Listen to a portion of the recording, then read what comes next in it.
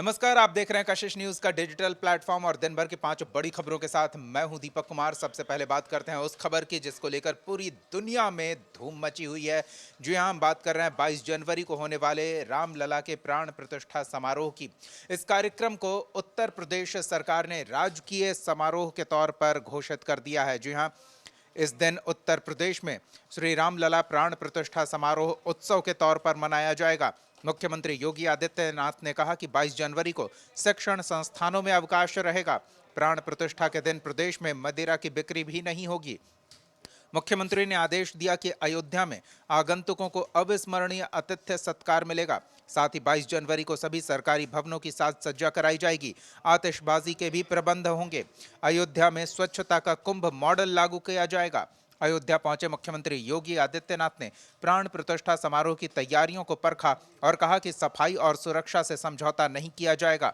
उन्होंने निर्देश दिया कि वीवीआईपी के विश्राम स्थल पहले से ही तय होने चाहिए। अयोध्या धाम आने वाले श्रद्धालुओं, पर्यटकों को नव्य, दिव्य और भव्य अयोध्या की महिमा से परिचय कराने वाले टूरिस्ट गाइड तैनात करने को भी कहा गया है।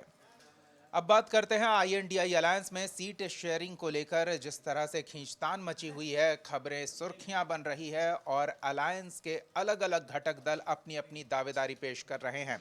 इसी सीट शेयरिंग के मामले पर सिर फुटौल सा मचा हुआ है।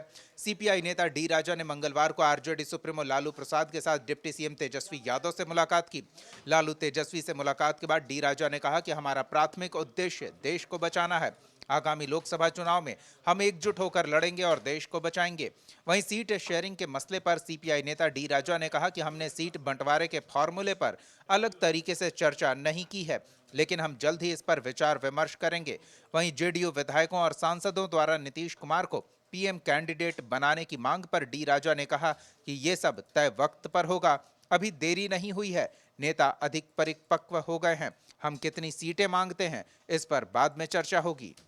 लैंड फॉर जॉब मामले में लालू परिवार की मुश्किलें कम होती नहीं दिख रही है और अब चार्जशीट भी कोर्ट में आ गया है। जी हां, मिल रही जानकारी के अनुसार लालू यादव की एक और बेटी का नाम चार्जशीट में शामिल किया गया है। हेमा यादव का नाम चार्जशीट में शामिल हुआ है। इससे पहले लालू यादव की पत्नी राबड़ी देवी, बड़ी बेटी मीसा भारती का नाम चार्जशीट में शामिल किया गया था। उनसे पूछताछ भी की जा चुकी है। हेमा यादव के अलावा चार्जशीट में हृदयानंद चौधरी, अमित कात्याल का नाम भी शामिल किया गया है। बता दें कि लैंड फॉर जॉब केस 2004 से 2009 के बीच का है, जब लालू प्रसाद केंद्रीय रेल मंत्री थे। आरोप यह है कि लालू यादव ने पद पर रहते हुए परिवार को जमीन हस्तांतरित करने के बदले रेलवे में नौकरियां दिलवाई। सीबीआई ने यह भी आरोप लगाया है कि रेलवे में की गई भर्तियां रेलवे के मानकों के दिशा निर्देशों के अनुरूप नहीं थीं।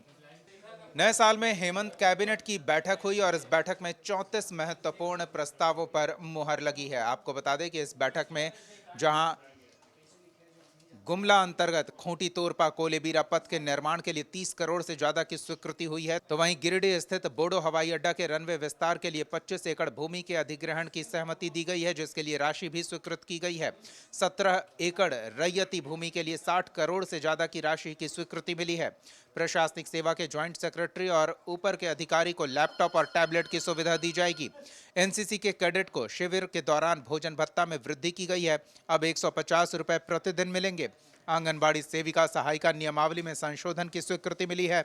30 अप्रैल के बाद अगर वो कार्य से निवृत्त होती हैं तो अगले विद्या पर 30 अप्रैल से कार्य से निवृत्त मानी जाएंगी। भागलपुर में ट्रिपल मर्डर की घटना से सनसनी फैल गई। मामला प्रेम प्रसंग से नाराज परिजनों द्वारा हत्या की वारदात को अंजाम देने का बताया जा रहा है।